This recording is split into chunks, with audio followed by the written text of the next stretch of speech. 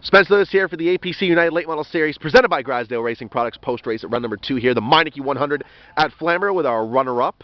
No one is touching your average, my man. 2 straight runner-up finishes. Things are looking pretty good. It's Quiet Storm, Jamie Cox. A strong run here tonight. It looked as though at times that the 22 car was the one to beat, but Dale Shaw catches you a little bit late, and you have to settle for second. Yeah, we had a strong car. I knew that car, just the last few races, it doesn't fall off, which you need a car like that. And earlier on, I tried to save some, and I thought I saved enough, but it just, I don't know. I don't think the car fell off. It was just it was tight at the end.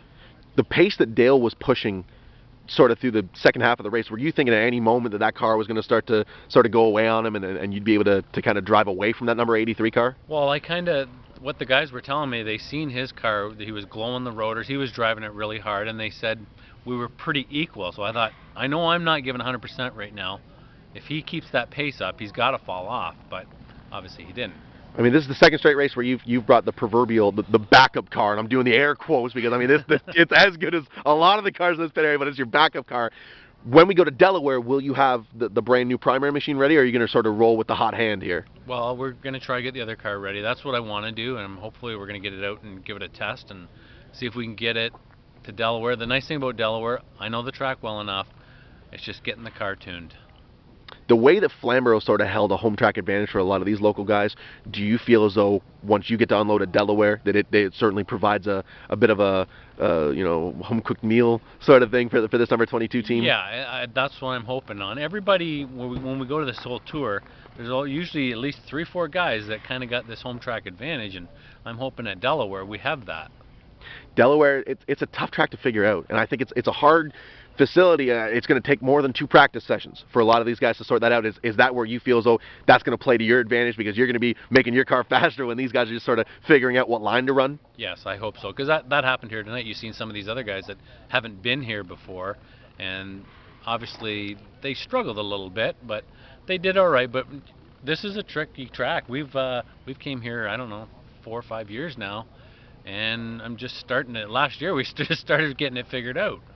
Now, I know you guys are in the winning races business. I mean, you want to unload at the track and win every night.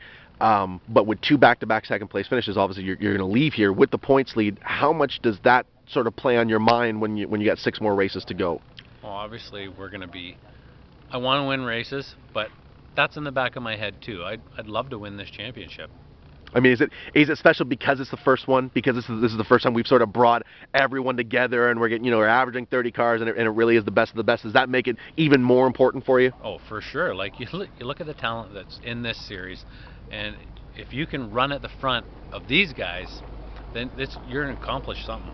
Were you worried about the level of shenanigans and contact that we were going to get in this race? I mean, I know a lot of guys were. What was your mind frame heading into this event? Well, I worried because it is a tight little quarters here, and I knew typically any other time we come here, there's some contact, and there was a little bit, but it wasn't as bad as I've seen before with less cars. But you got to remember, again, the talent. Most of these guys can stay off of each other. Yeah, it seemed as though there was more give and take than what we've seen in the past with some high prestige extended distance races here, and I'm assuming that really did play a role, especially later on in the event. Yeah, I'm sure that's what these guys are doing, and they have to keep in the back of the mind. You got to save the car. You got to be there at the end to win the race.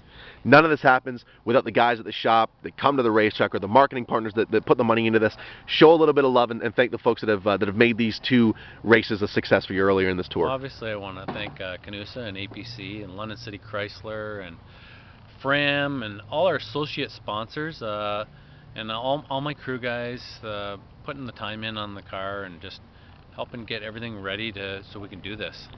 Appreciate the time, Jamie. Thank you so much. Second place finish, just reason to smile. Now we get to go to Delaware, and the 22 car gets to really go to work.